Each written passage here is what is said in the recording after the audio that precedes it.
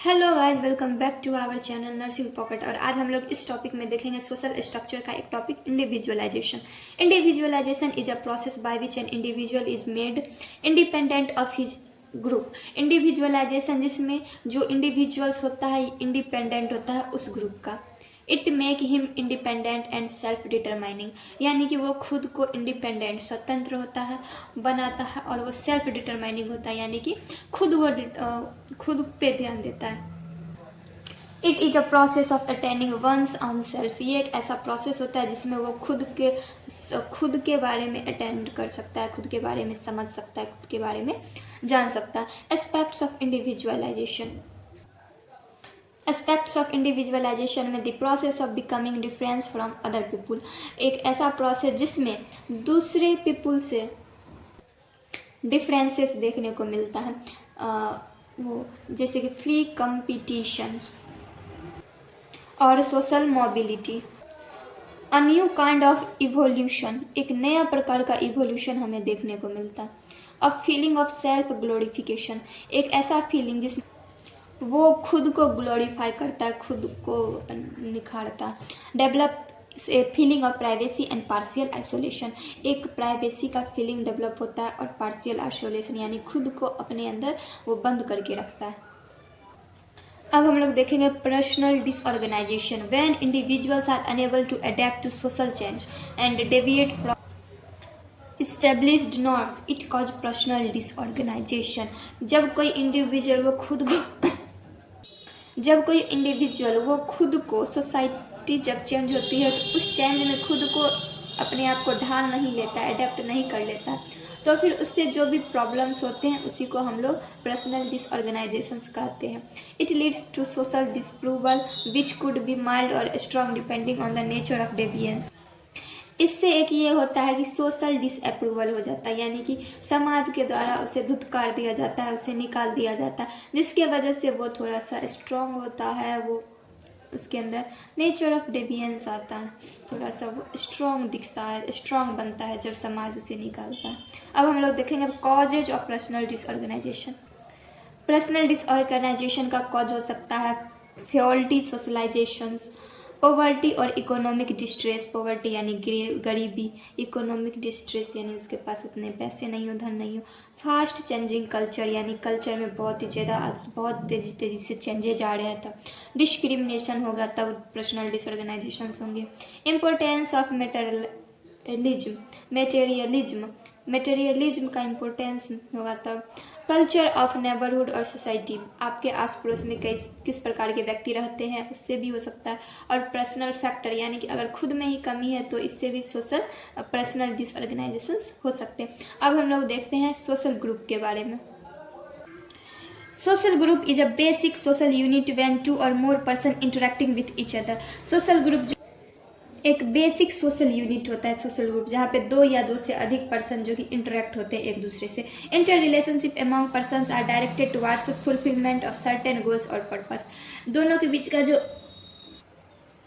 जो inter relationships होते हैं उस पीपुल्स के बीच में, वो एक होता है जो उसको उन लोगों को एक गोल्स अचीव करने होते हैं, कोई पर्पस होता है तो उसको फिल करने के लिए एक रिलेशनशिप बनता है, इंटर रिलेशनशिप्स, उसी को हम लोग कहते हैं social relationship. Inter-stimulation and response are the key factor in the process of social interactions. Social interactions का एक key factor होता है, वो inter-stimulations होते हैं और responses होते हैं। अब हम लोग देखेंगे definition of social group. First हम लोग देखते हैं ऑगबर्न एंड निमकॉफ के द्वारा। टू और more individuals come together and influence one another is called social group. दो और दो से अधिक इंडिविजुअल्स जो कि आते हैं, एक साथ मिलते हैं और एक दूसरे को इन्फ्लुएंस करते हैं, उसी को हम लोग सोशल ग्रुप करते हैं अकॉर्डिंग टू ऑगबर्न एंड निमकॉफ।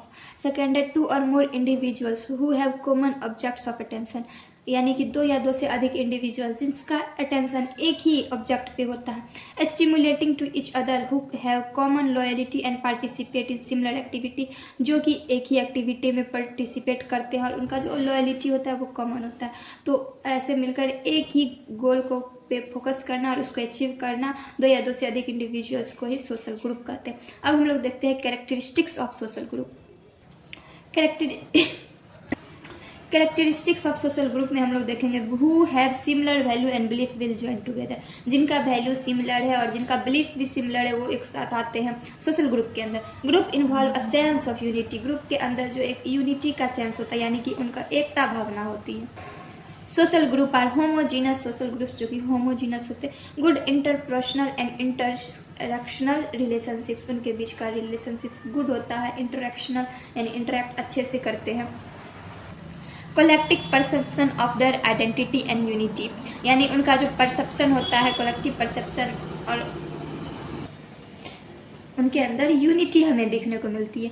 फिर आ जाएगा इमर्ज। इमर्ज होते हैं share certain values and beliefs.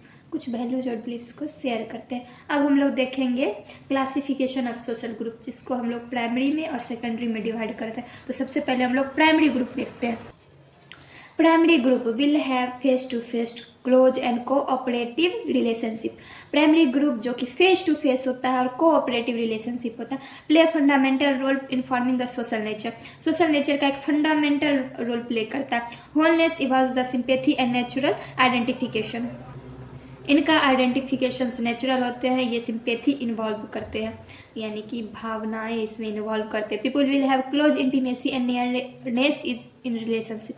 इनके इस प्राइमरी ग्रुप के अंदर जो पीपल्स होते हैं वो क्लोज इंटीमेसी होते हैं यानी एक दूसरे बहुत ही ज़्यादा क्लोज होते हैं और उनके रिलेशनशिप्स बहुत ही नियरनेस होते हैं यानी बहुत ही नज़दीकी होते हैं। जैसे कि एग्जाम्पल में फैमिली हो गए, फ्रेंड हो गए और भी बहुत चीज़। Characteristics of primary group. First है फिजिकल प्रॉक्सिमिटी। सेकंड है स्मॉल इन साइज। ये छोटा होता है यानी फैमिली में हमें 4 लोग 8 लोग ही देखने को मिलते हैं, उससे ज़्यादा नहीं होता। फिर कंटिन्यूटी इन रिलेशनशिप। इनका जो रिलेशनशिप होता है वो कंटिन्यूटी में होता है, लगातार रहता है। Spontaneous personal and inclusive relationships होते हैं।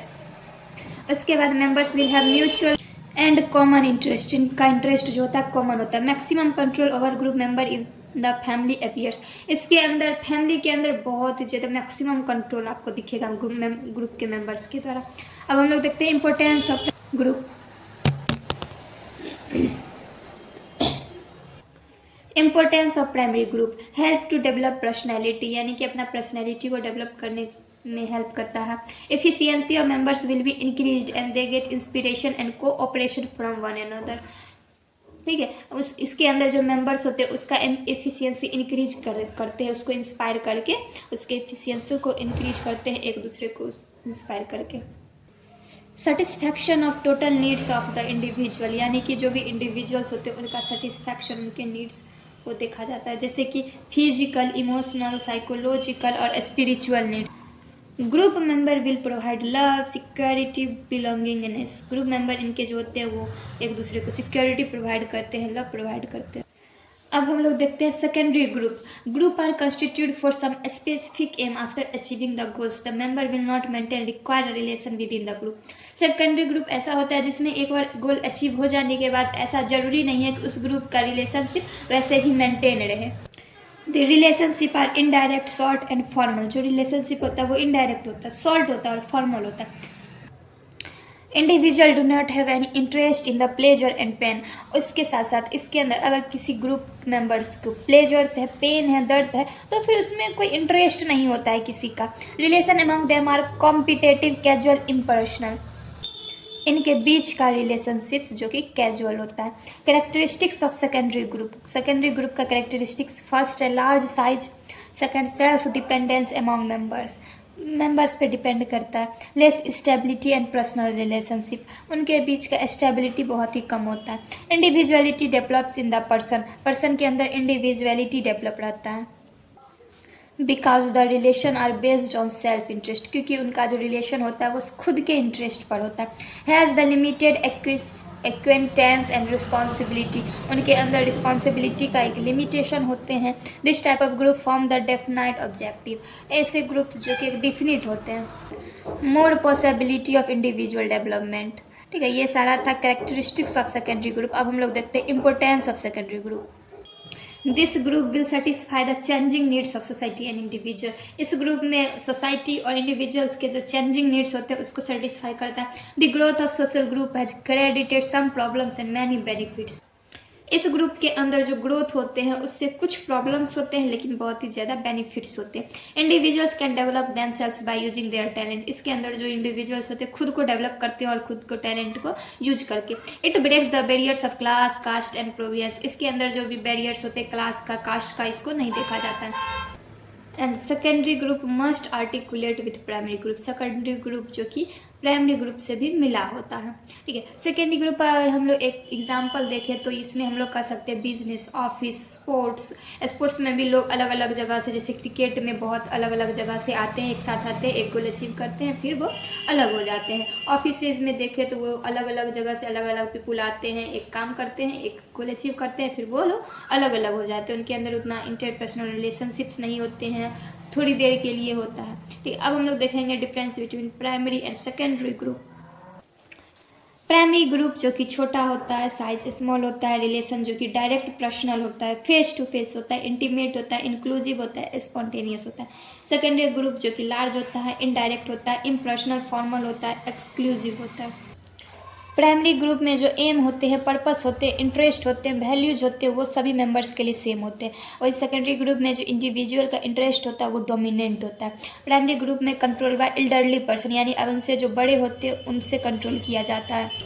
सेकेंडरी ग्रुप में control is exercised by designated person, laws, norms.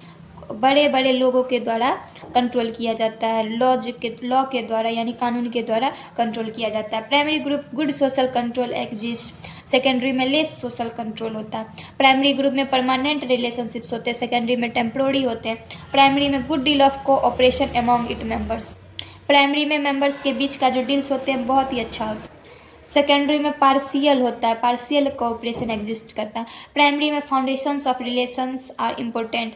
Primary के अंदर जो फाउंडेशन यानी इनके जड़ें जो होती है बहुत इंपॉर्टेंट होते हैं। और सेकेंडरी में ऐसा कोई ज़रूरी नहीं है, रिलेशन इंपॉर्टेंट नहीं भी होता, ठीक है। तो इस चैप्टर में हम लोग देखें सोशल ग्रुप, सोशल प्रोसेस। अब हम लोग नेक्स्ट चैप्टर में सोशल प्रोसेस के बारे में देखेंगे। तो हैंड रिटन नोट्स के लिए आप हमारे चैनल पे बने रहे, लाइक करें, सब्सक्राइब करें, और कोई अगर प्रॉब्लम्स आ रहे हैं तो आप हमें कमेंट कर सकते हैं। Thank you so much.